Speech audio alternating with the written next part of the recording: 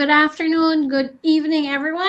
Welcome to the Crystal Clear Show. I'm your host, Crystal, and it's my passion to help professionals 30 and over to get unstuck from their corporate 9 to 5 jobs to launch and grow a successful six-figure business with my Crystal Clear blueprint. Today's guests are Renata Sas and Jay Lee. Renata is an accountability coach, and Jay Lee is the sales ninja. Please welcome with me Renata and Jay to the Crystal Clear Show. Hi, Renata. Hi, Jay. Hi, Hi, thanks for everyone. having us. Thank you for saying yes, and welcome to the Clear Show. Once again, you have been already my guest one on one, but today it's going to be a party. There are Yay! three of us, so it's so awesome. It's going to be, we have actually an exciting update.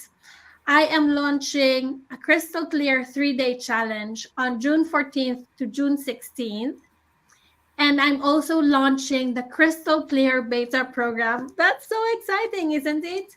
And so that's why we are gathering here today on a special episode of the Crystal Clear Show, where we will talk about how to launch, how to be serial entrepreneurs, how-tos of being an entrepreneur.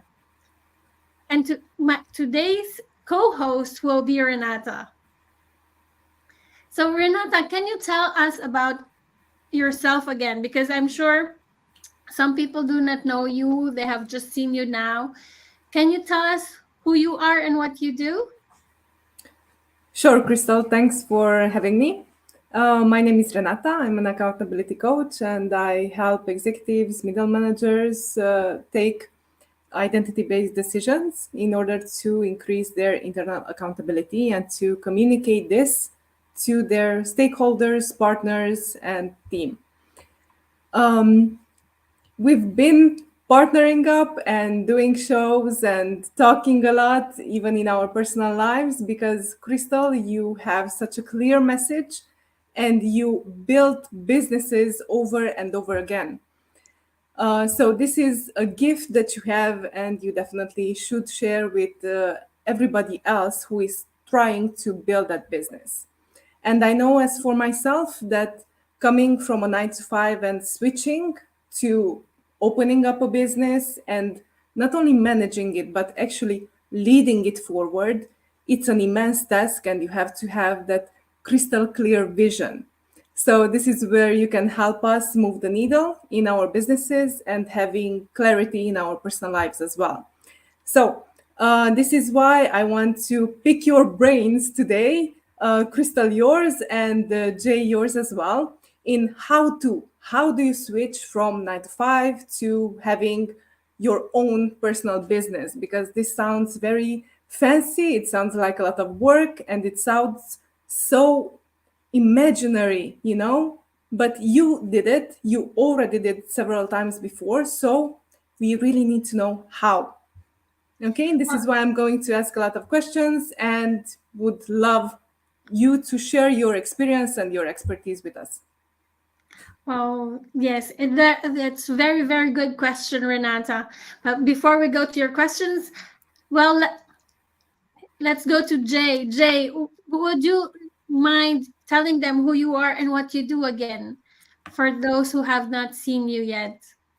Sure. My name is Jay, and people call me the sales ninja. That was not something that I came up with myself because, as you can imagine, for my Korean Canadian parents here in Toronto, Canada, when they ask or their friends ask that what their son does, I'm one of 3 sons. It's not a real proud moment when they go to church or their friends ask them what they do, and they say that my son is a sales ninja. They don't even know what that is. They don't know what that means. But people call me a sales ninja because I pivoted from being a banker, a former introvert, a former pastor for over 10 years. So clearly that was not for the money. But I did struggle with not having it for 10 years and more. And with that poverty and scarcity mindset, not only in pastoral ministry, but even before that, because growing up in an immigrant family, you had to make ends meet. There is no free handouts. So life was difficult. The work ethic was very strong because you had to keep, working to make yourself a job and not stay idle. And fast forward, because I was running out of my missionary support as a pastor, which meant I had to raise my own salary.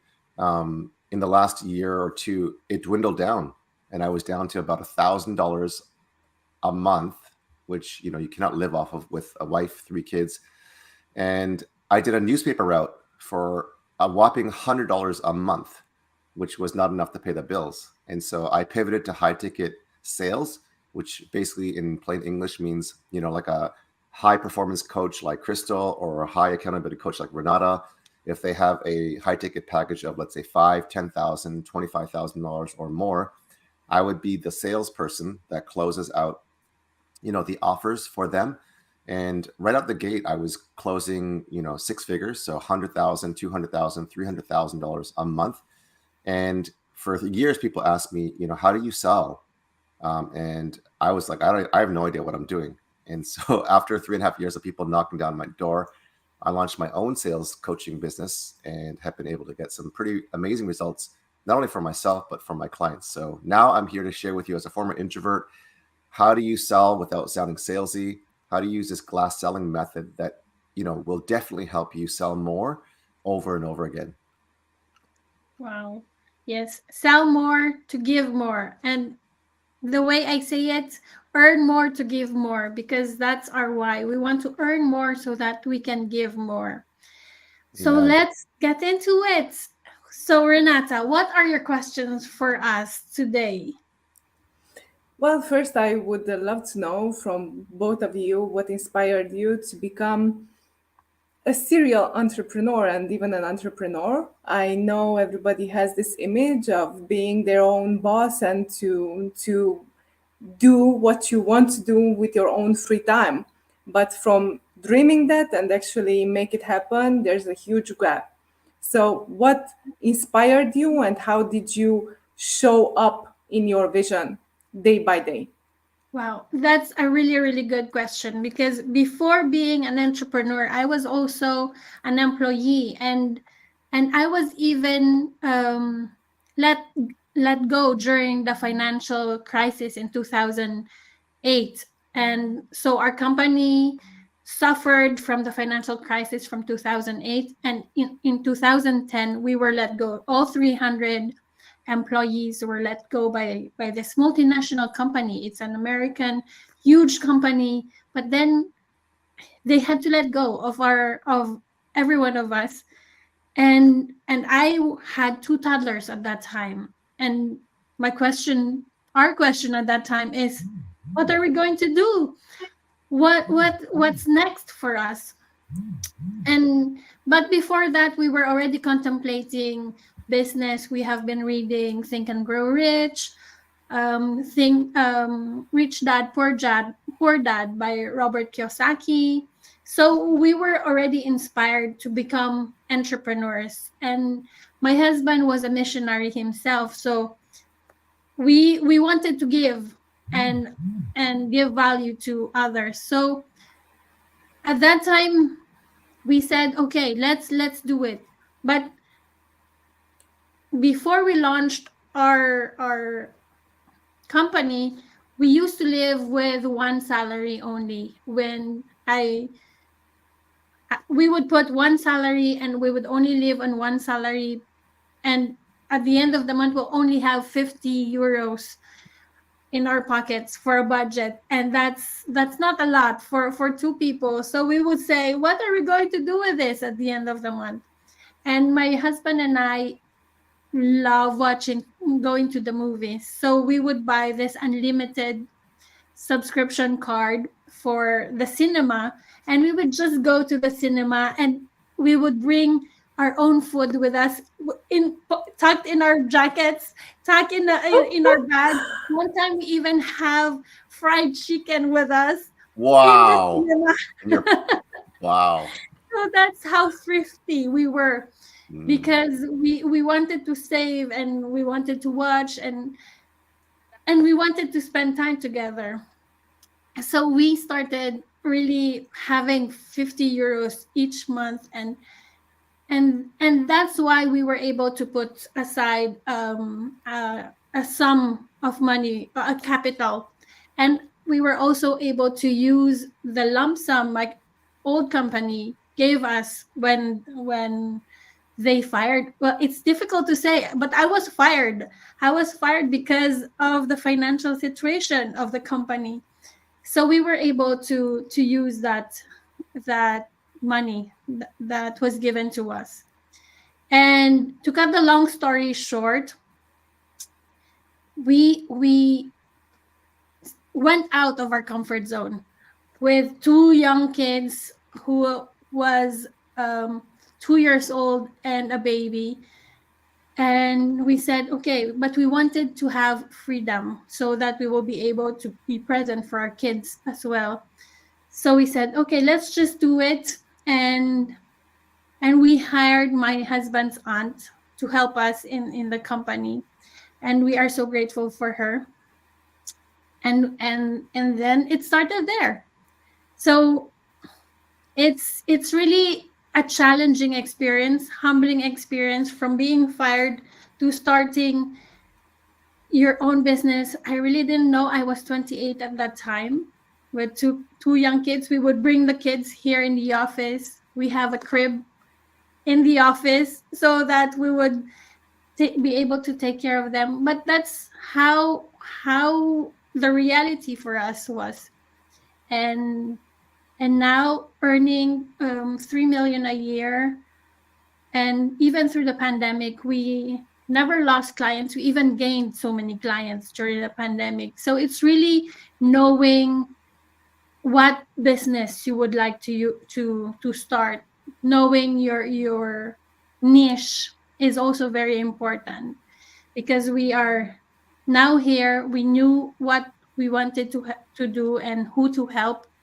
And so that's why we are, yeah, how can I say, we are somewhat successful. We are very successful in what we do, having 150 people working for us and more than 1,000 clients. I'm being so humble. I see Jay reacting, but yes, sometimes it's difficult for us to, from being no one to someone, is it's still difficult for us to say it out loud.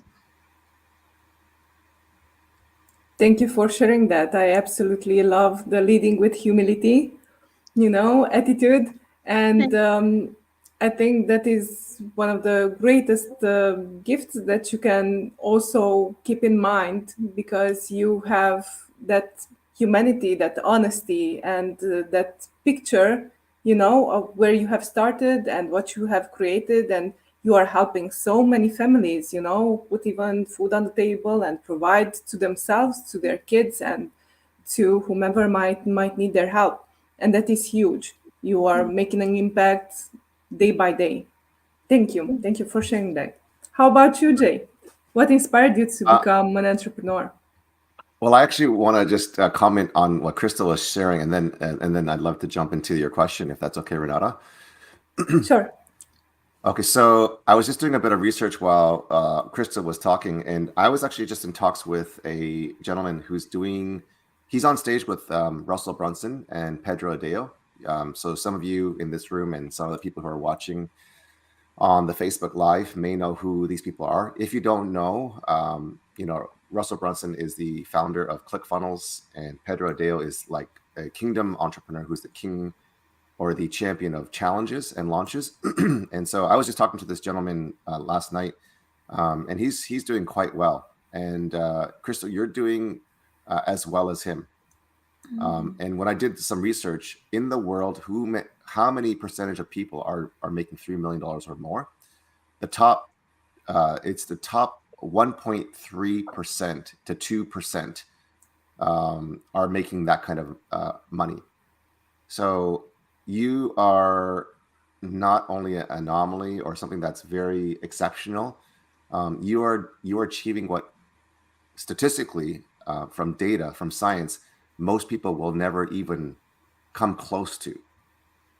So I just wanted to let that sink in for you, and also for the people who are watching, because this is real. and what you have and what you're doing and how you're helping people. Just like Renata said so well, you're impacting and changing so many lives, like 150 family households. Yes. Like, talk about impact, right? And I know that you haven't even shared this, but the way that you treat your employees, the way that you provide for their benefits, the way that you reward them and incentivize them and thank them for their loyalty, that's stuff that you haven't even mentioned anywhere. But I've heard from you personally because I know you. So this is the secrets behind the crystal clear blueprint that I wanted to kind of just highlight. Oh yes. Thank you so much, Jay. It's true that it feels like I'm boasting, or I don't want to boast. I want to be humble, but I want to inspire people that if we can do it, so can you. And it's not because we are more talented, we have more money, because like I said earlier, we had 50 euros every end of the month. So for that, it did mean that we have more money, but we were more careful in when we were starting up. We we chose our battles, and we know where we knew our goal, if I Mm-hmm. might say, and we knew where we wanted to go, and we just kept working towards our goal, and believing that we can achieve our goal. And I think you said something that's really important, which is, staying humble. And, you're a Christian, and, everyone in this room is a person of faith. And so there's also this taboo of, like, if you talk about money or if you talk about your accomplishments, that it's seen as boasting or bragging or arrogant or egotistical. But I look at the model of Jesus. He was the savior of the world. He's the redeemer. He is the son of man, the son of God. God is the creator and the creator of wealth and money. And so you look at his introduction, he says, I am who I am. I am, right? Like, that's a pretty big boast. And people who knew him as growing up as a carpenter's kid, like, look at this little guy. Who does he think he is, right? I am who I am. I am the son of God. I mean, like, it wasn't a boast. It was just declaring who he was. So I think maybe there's another podcast episode down the line where we can talk about how do you walk in your humility with the purpose to help transform the world. So you went from hotel to, getting fired and becoming a millionaire, where you lost your job, but you found your crystal clear purpose. Right. And now you're going to help people do the same. So anyways, I'm just like enamored by your life, your work ethic, and learning as well. If you guys haven't jumped into the challenge or the beta blueprint that Crystal is going to be unlocking, these are secrets that you definitely want to get your hands on. So maybe, Crystal, if you can share the links to your challenge and the upcoming beta program, I'm definitely interested as well. So for myself, what inspired me to become a serial entrepreneur? Well, it's really out of, number one, curiosity, because I was in the corporate rat race, and this is perfect for Renata and Crystal because you help people who are stuck in this rat race. I was in the largest bank here in Canada, and 70,000 employees, and I was on the 23rd floor of it was called the Gold Plaza. It was a gold-plated plaza, or like a building, and 70,000 employees later, I saw a caption to my calling, which was, the first caption is a cartoon caption. I love cartoons. I love graphics. I'm a visual learner. Never did well with textbooks. I just learned how to beat the system. So that's another episode in itself, education and institutionalized education. So, but I love to learn. I hate being bored, but I love to learn.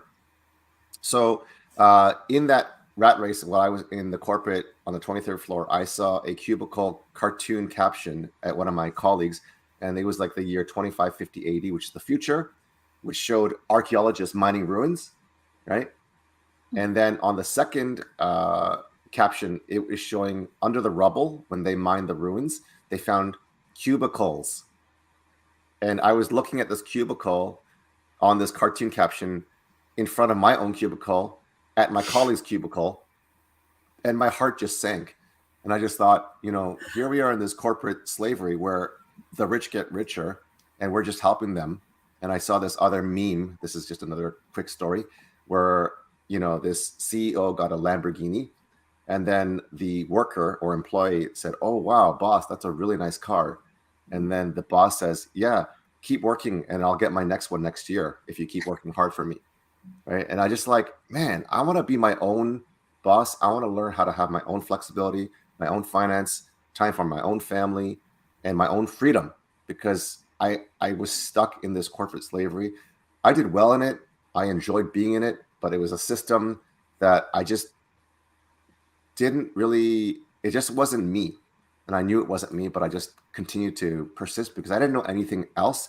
I didn't know better. I didn't know there was a way out of, this corporate jail, if you will. So through that, it got my curiosity of how can I create finance freedom, with my faith, to spend more time with my family and friends. That's the 5-part F sermon. And I found a way by just creating opportunities or finding opportunities and then creating my own opportunity with my own sales coaching business. And as a result, and this can sound like boasting, just like you talked about, and it does give me a little bit of, I get weird saying this, but all 3 of my kids are in Christian private school. We just are reading, like, we literally have contractors outside here. You can't hear it because I have my AI noise cancellation software on that I can now afford because I'm making money. We rebuilt our entire home, which we're in right now. We've gotten 2 new cars. I got a golf membership, like all these things I never could have dreamed of doing when I was a pastor, and struggling to make ends meet. That there is a new freedom. I wouldn't be able to be on this show with you guys, ladies, if I was stuck in the corporate, 9 to 5 rat race. So now there's so much freedom, there's so much fun, and I love it. Yes, you couldn't love it more because you're helping people, and you have so much freedom for yourself, for your family, and for everyone, for your loved ones. Amen. Thank you for sharing that. My mother always said there's a saying back in Romania that goes like, money is not important, but you just cannot live without it, So yes, it's a mean. It gives you everything that you really want: health, wealth, well-being, family time, freedom. So it's a mean that will lead you to what you actually want. So Okay, true. great. Thanks for sharing this. I would be really interested because you had to make things happen all by yourselves and without an actual MBA for entrepreneurs and so on. So I'm pretty sure you made not one, but several mistakes. Is there one big mistake that comes into your mind? Would you mind sharing that with us, and maybe some tips and tricks for future entrepreneurs? Shall I start, Jay? Okay. So for me, the mistakes that we had was we didn't believe ourselves in the beginning because we were young, because we were not because we were incapable, but because we were afraid to make mistakes. And by making mistakes, by failing, actually we learned so many things behind that. And so the mistakes that we did was when we hired people who are incapable of doing their jobs because we wanted to help.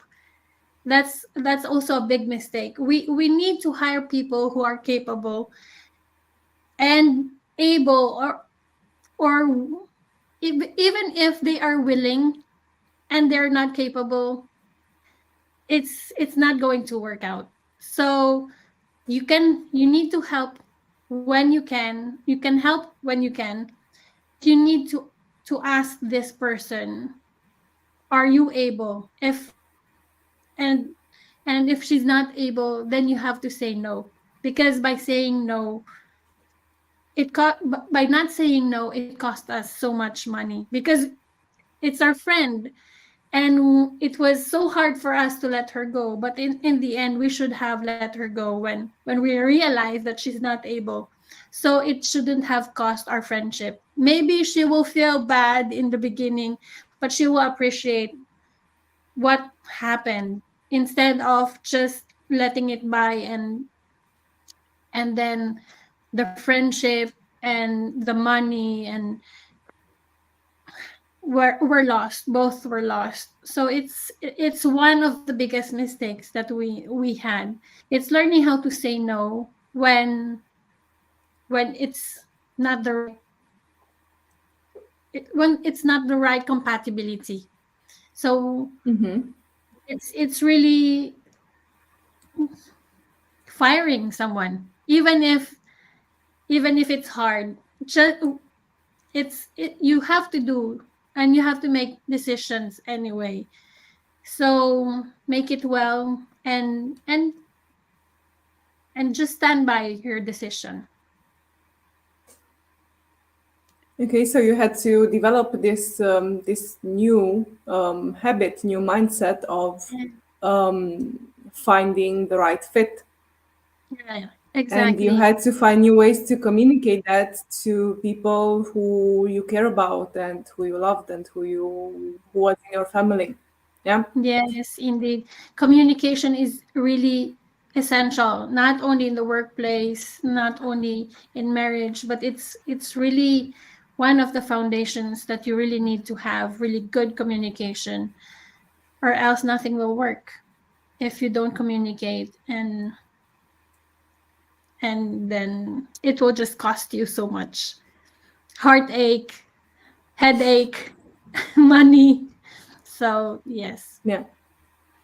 Okay. Thank you. How about you, Jay? What was a big mistake that you made right at the beginning, and what would you tell to Gosh, our future entrepreneurs? Renata, I think because you're an accountability coach, we can do a whole podcast on mistakes that I've made to help me to succeed. Right?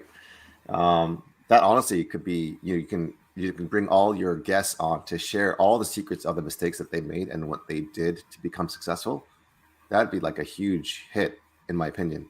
I've got too many to share, but I really appreciate what Crystal said, and I want to highlight that hiring the right people and getting the right team members is crucial to success, and knowing how to hire slow and fire fast is really important.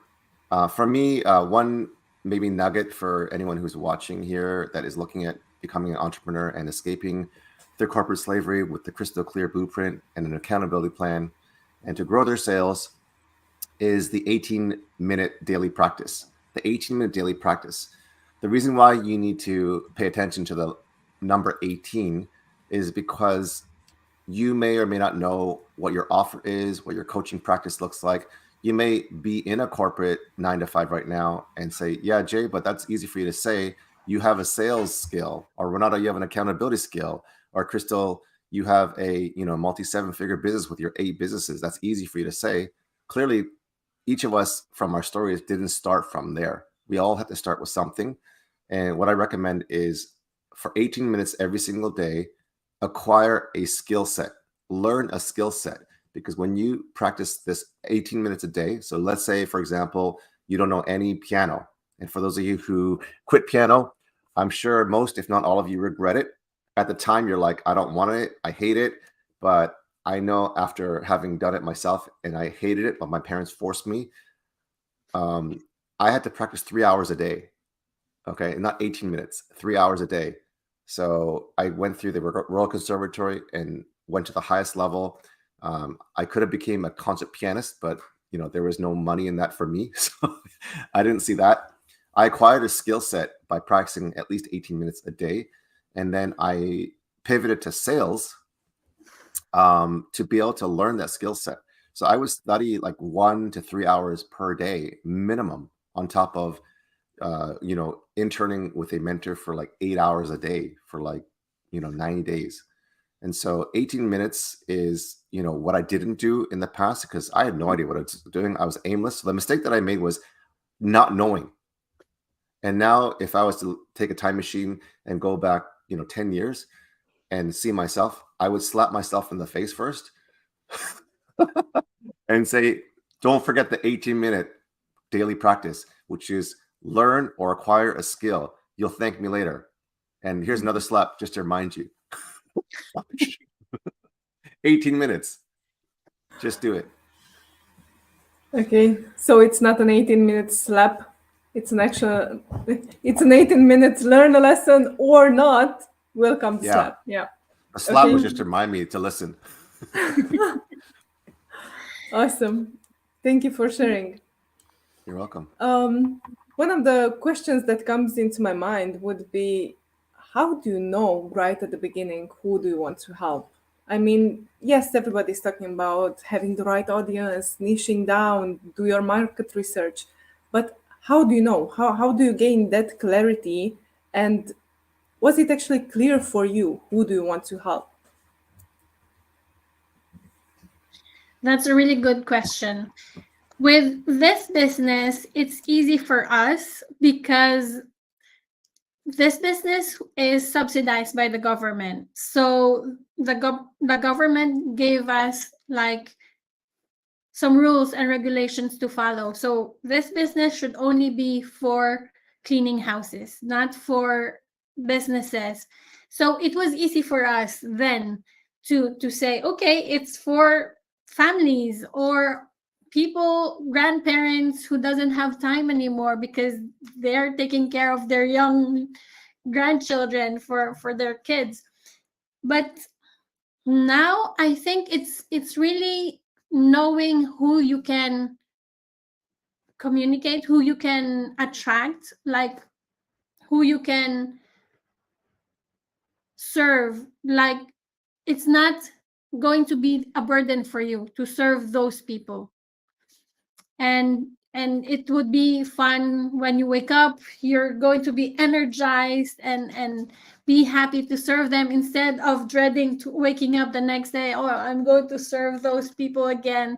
And I think that's how you should niche, so that you can, for me, it's finding joy to the people whom you can help, and finding joy to those who can relate to your story as well, to your dream, whom you have the same dreams and aspirations, who can really connect with you, because we can connect with some people but not with others, and it's just a part of life.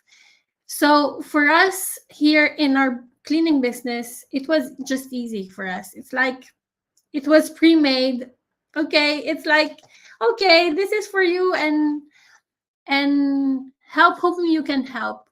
But then in our other businesses, we have to really feel what we want to do, what why do you want to wake up the next day, and how do we want to help them.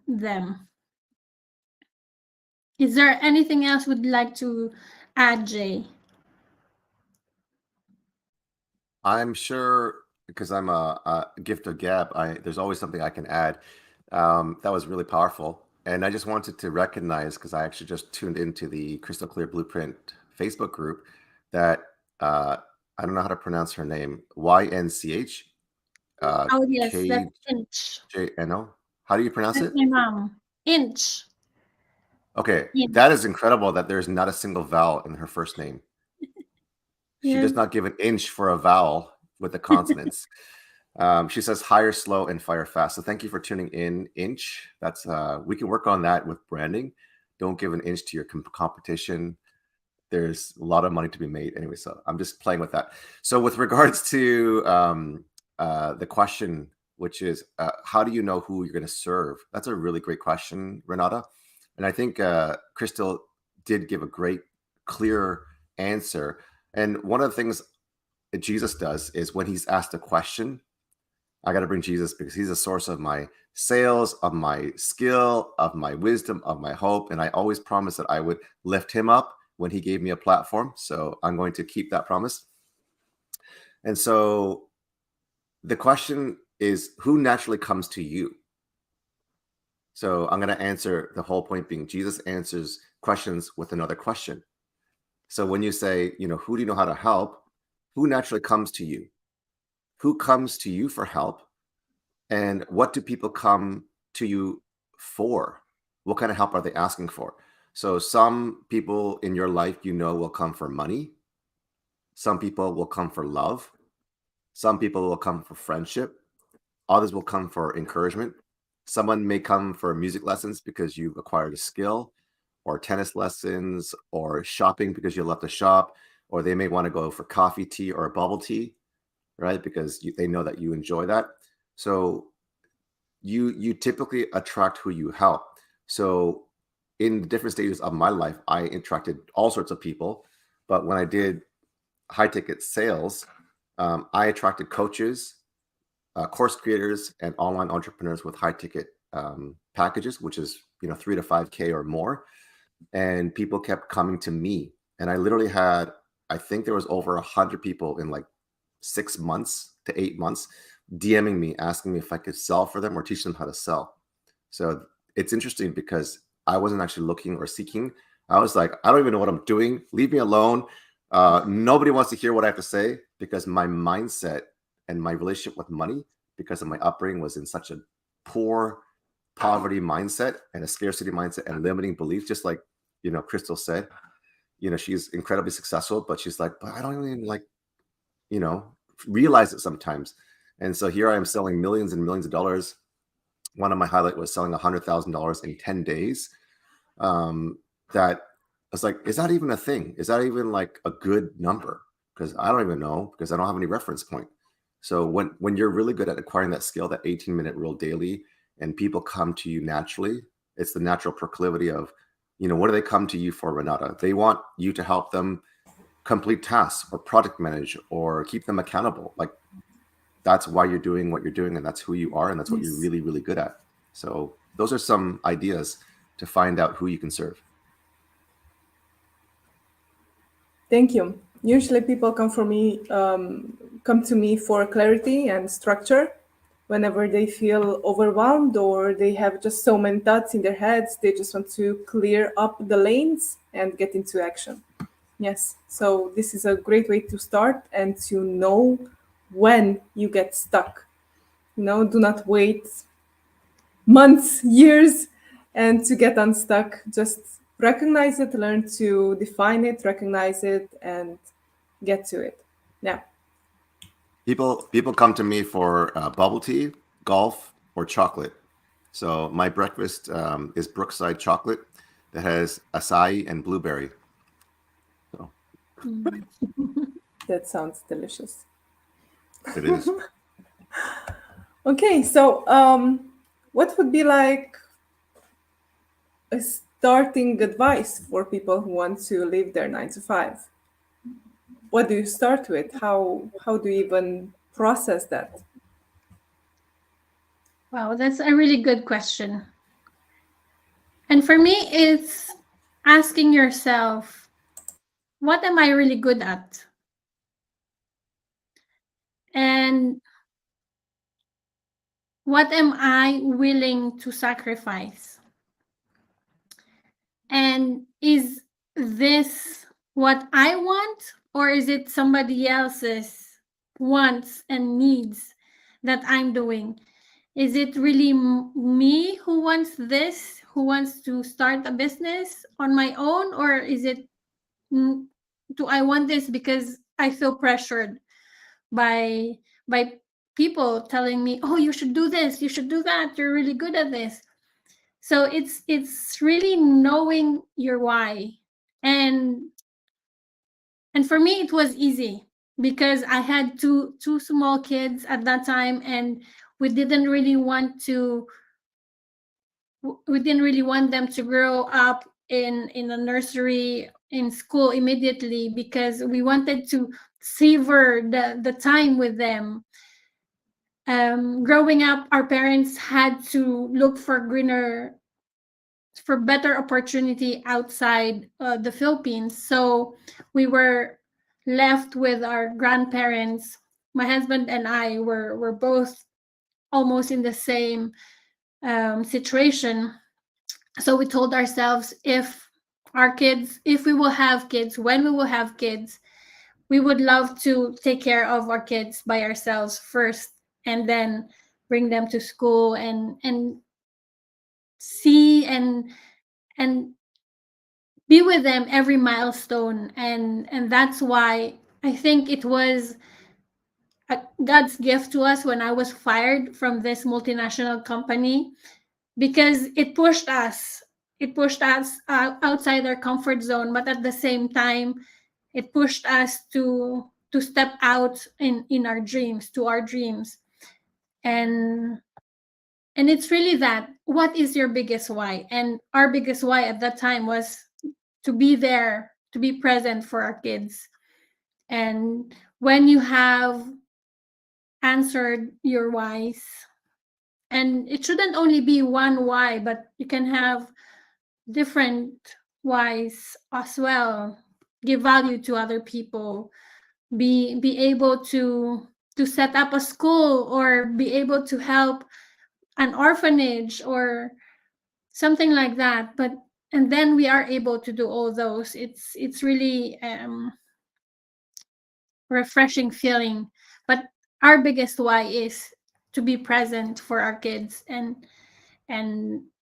that alone is really our biggest success in our lives.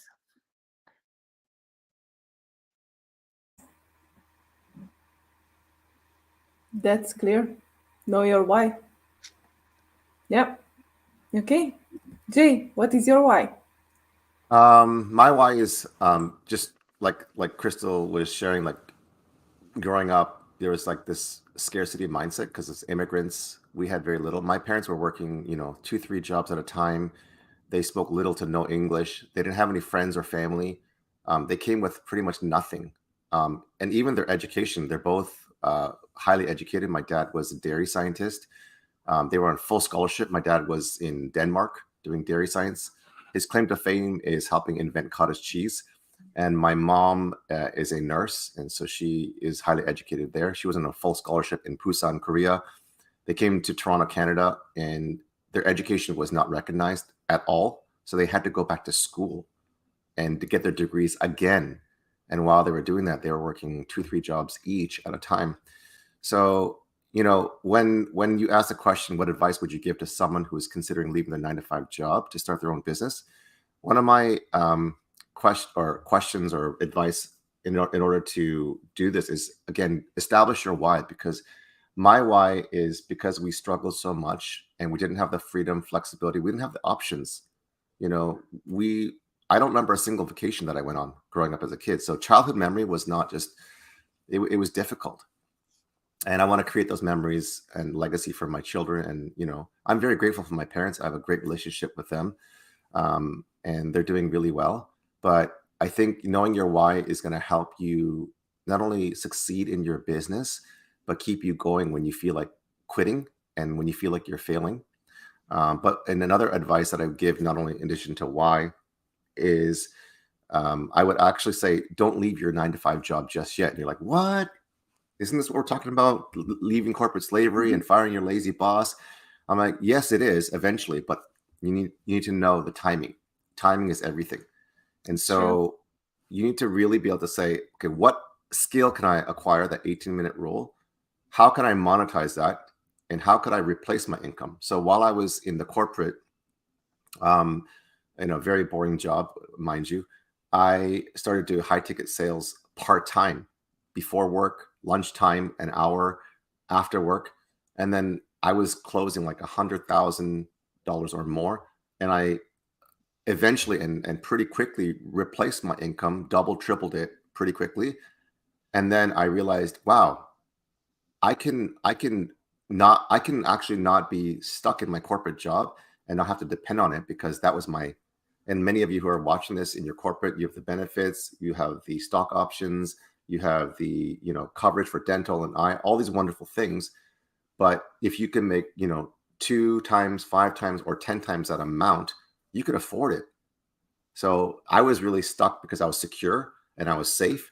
But then when I started to realize that I could, create a new future with freedom, flexibility, and finance, it was the hardest decision that I had to make. But when I started to replace my income, it became a lot easier. And when I started to buy back my time and create my own hours and do whatever I wanted to without anyone breathing down my neck, it was like a no-brainer. It was a done deal. I was like, yes. And then once you start to subsidize and replace your income or your salary, that is a good time to have that exit strategy to leave your corporate workplace and to launch and grow and scale your own entrepreneurial journey.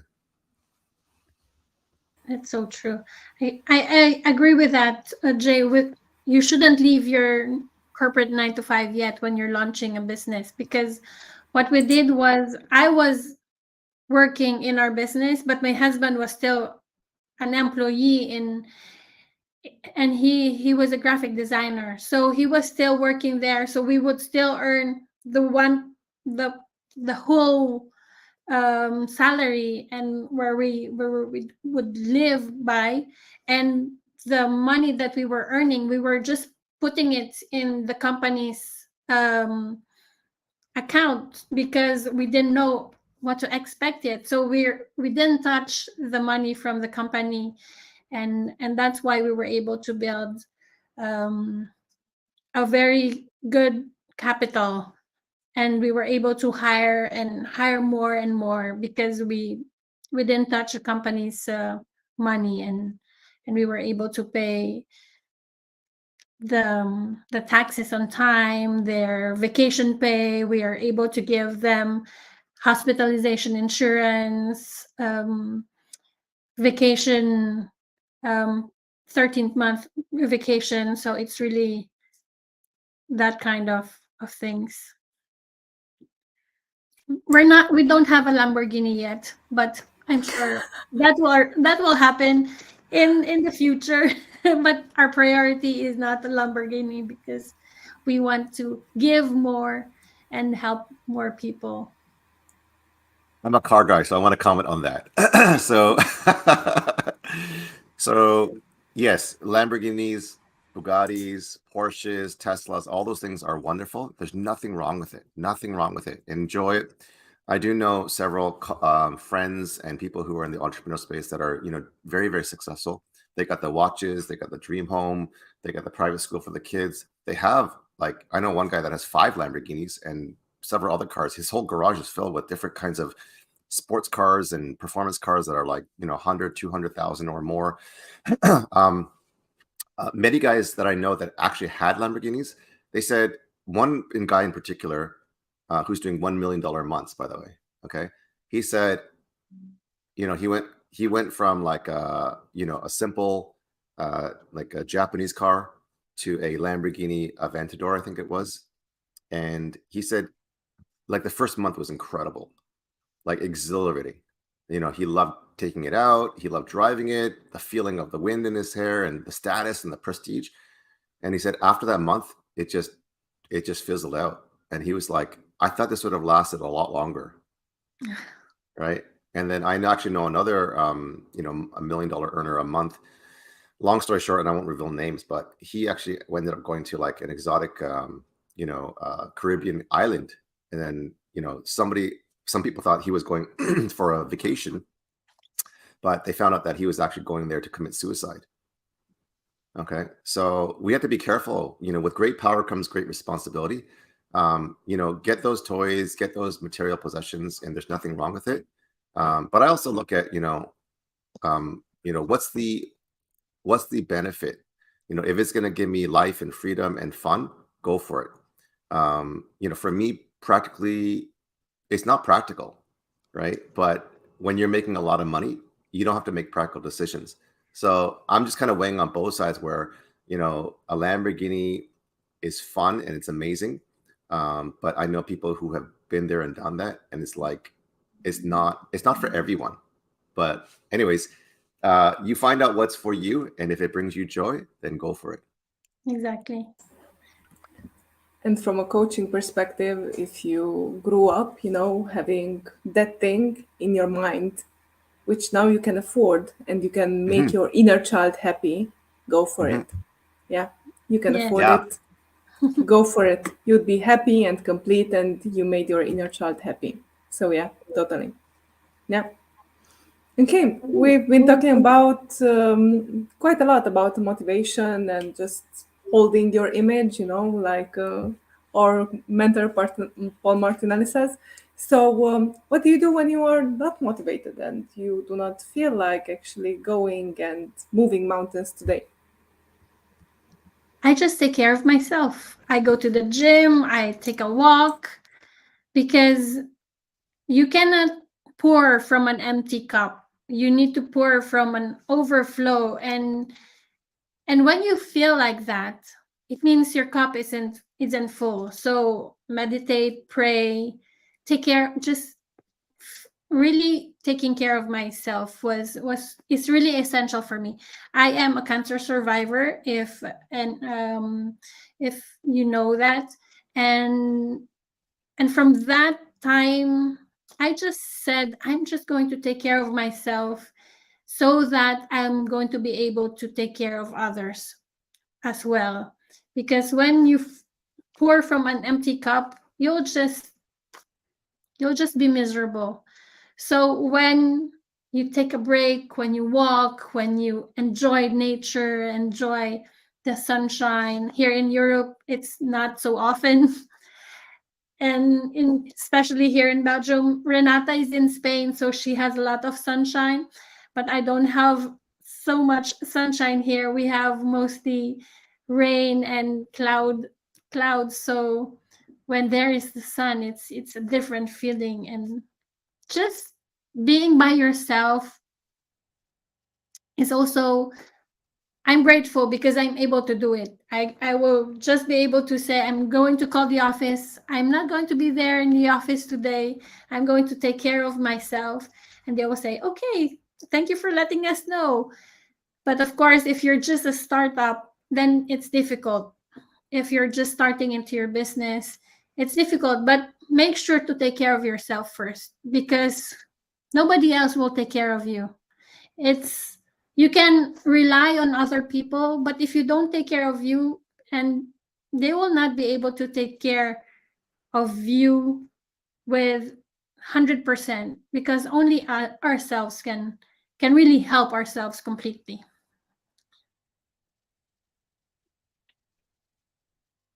Yeah, I think when you ask the question, Renato, how do you find motivation when it's, lacking or not even there? There's a quote that says, "Hard work beats talent when talent doesn't work hard. Hard work beats talent when talent doesn't work hard." And I'll give you, a quick story from my son, who was, I think he was 10 at the time, and he was trying out for rep soccer. So he was in house league, which is the lower tier, and the two coaches that it was very intimidating because they had their own costume kits. I mean, like uniform. They had their own crest. They had their numbers. They had their own backpacks that were numbered. Like, it was very, like, it seemed like, whoa, this is like pretty high up. They're organized. They got their bags all in a row. They're running all these, complex drills that they're all like running together as a uniform team. And it gave the impression that you need to really level up to get on this, like, even to be called to try out an audition, you're lucky.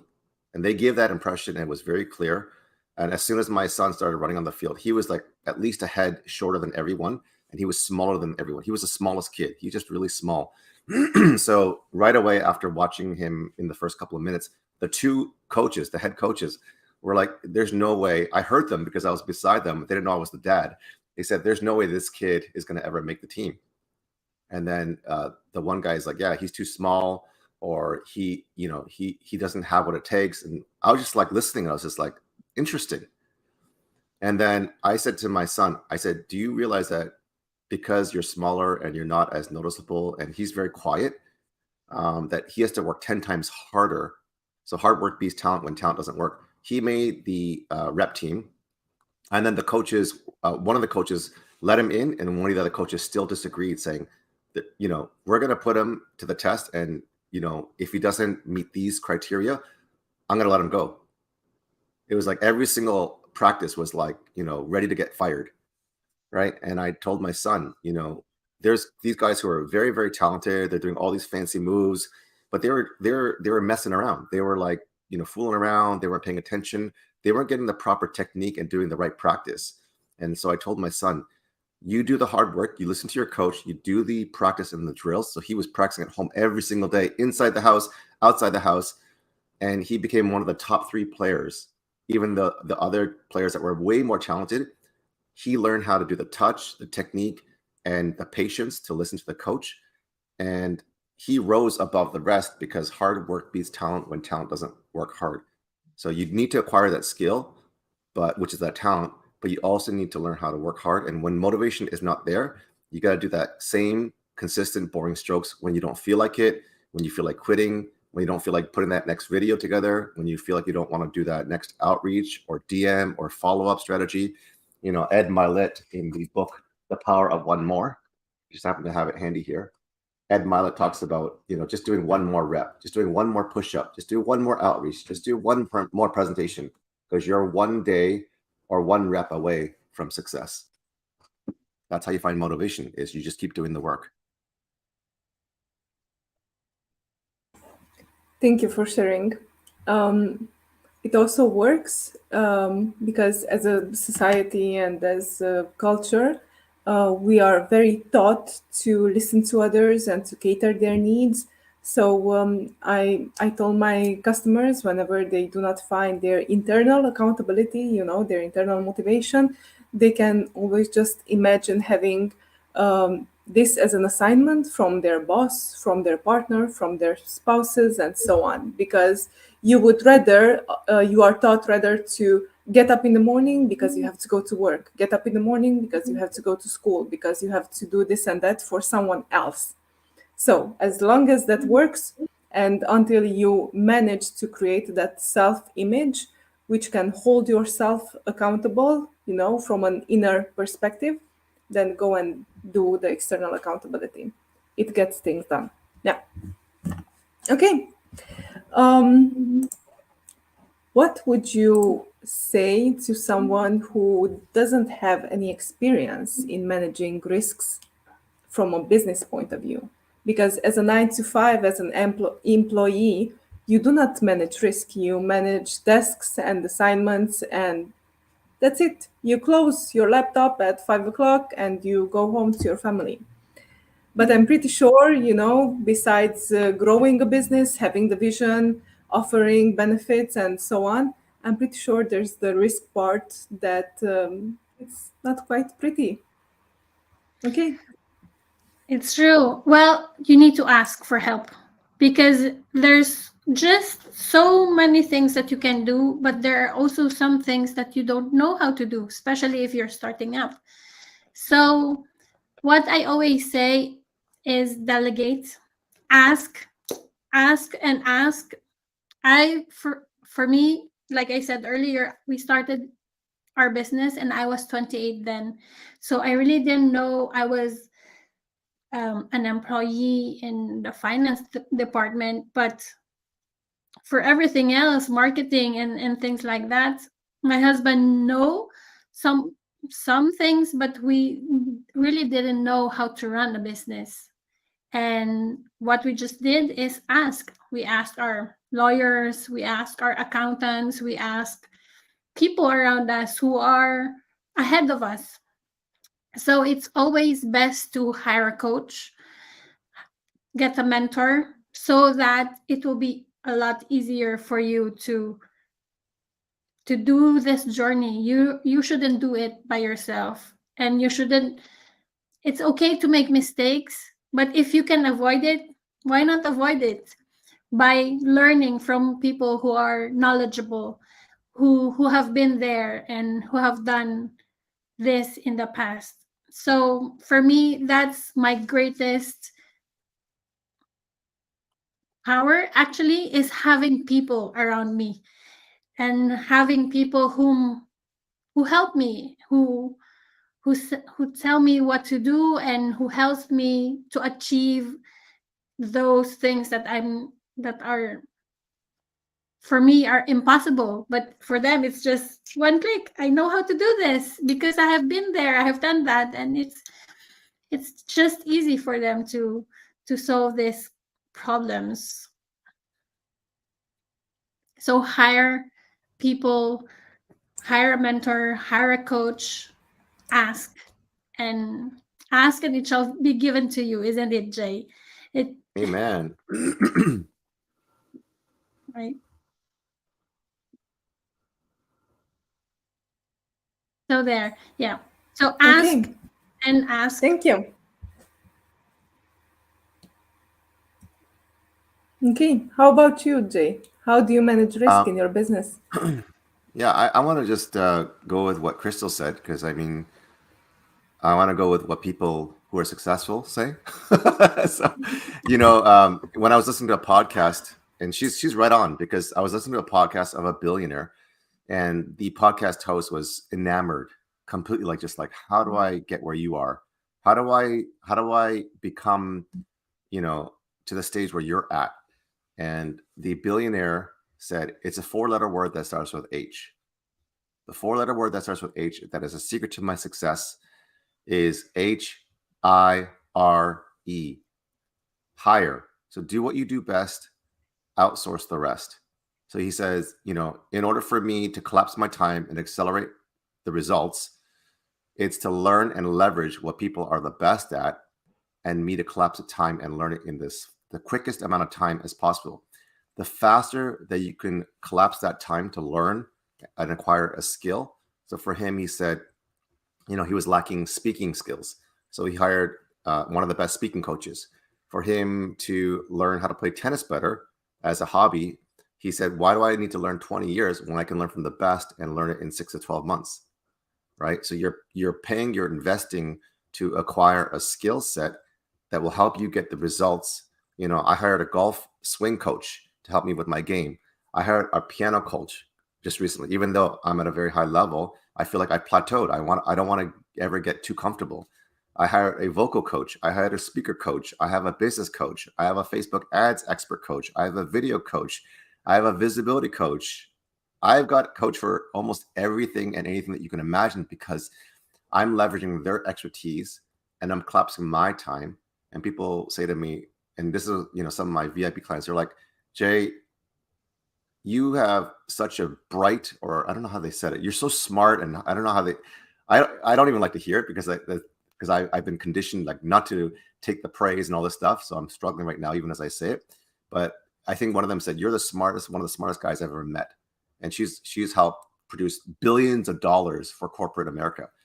And coming from her, I'm like, I feel that there's a lot of weight behind what you're saying. And I need to kind of realize that is my zone of genius, is acquiring skill sets.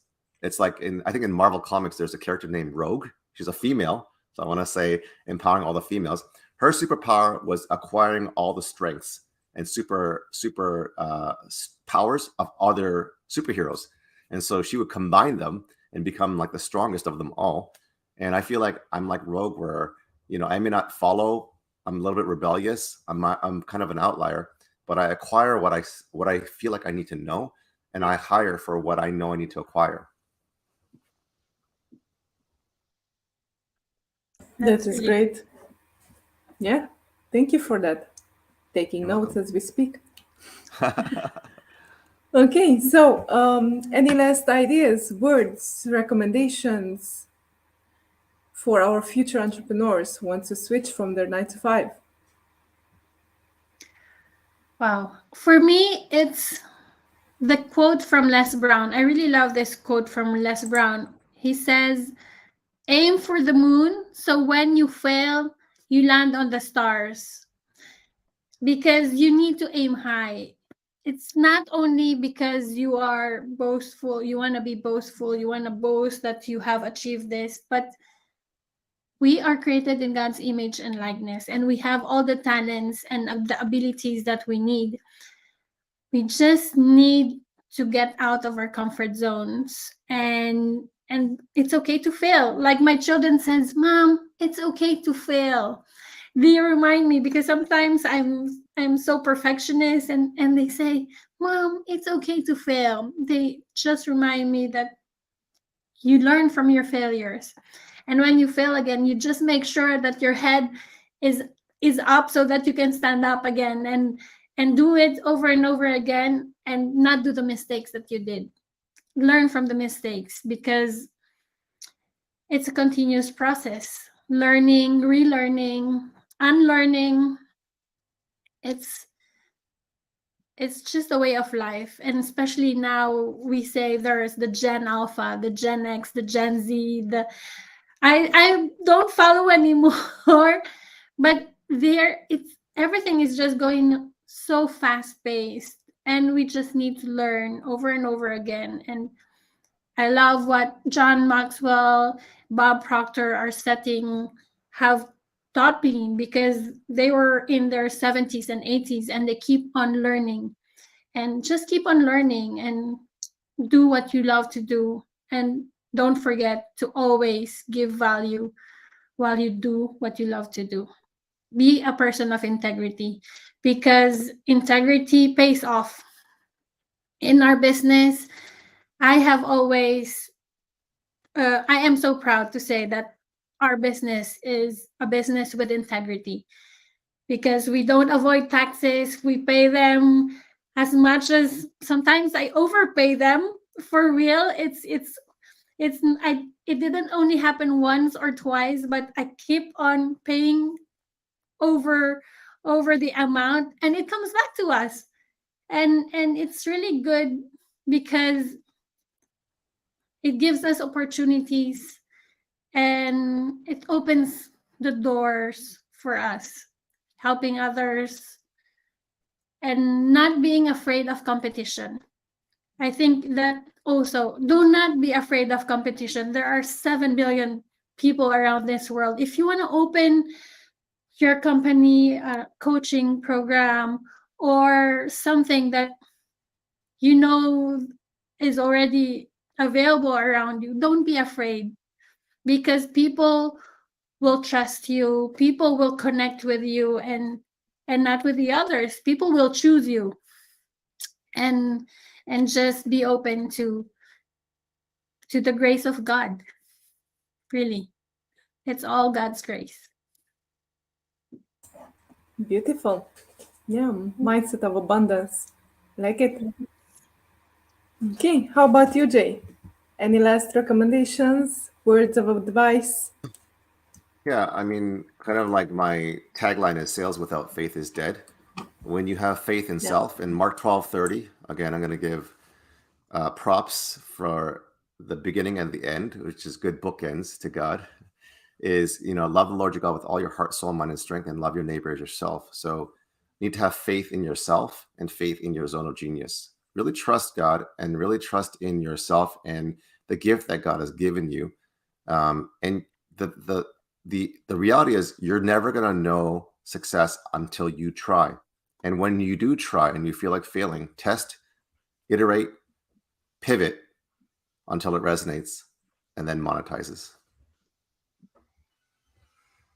Test, iterate, and pivot. That's really Yeah. Until it resonates and then monetizes. That's great. Thank you. Very practical. I like it. So you were going to say something. I saw the mouth coming out with words. No, but how about you, Renata? What did you get from this roundtable? Well, Being yourself. That was an overall, pylon of actually, and the red line over our discussion. Be yourself and be curious to discover who you actually are, because we are so conditioned by society. We are keep repeating in our minds the programs and maybe the what other people have told us about what they saw in us. So be curious about knowing who you actually are. Pivot, and also find a way to serve people. So that is very important, because we are, social creatures. We live amongst people and we love to contribute. I mean, this is something so inherited, and so we are born with it.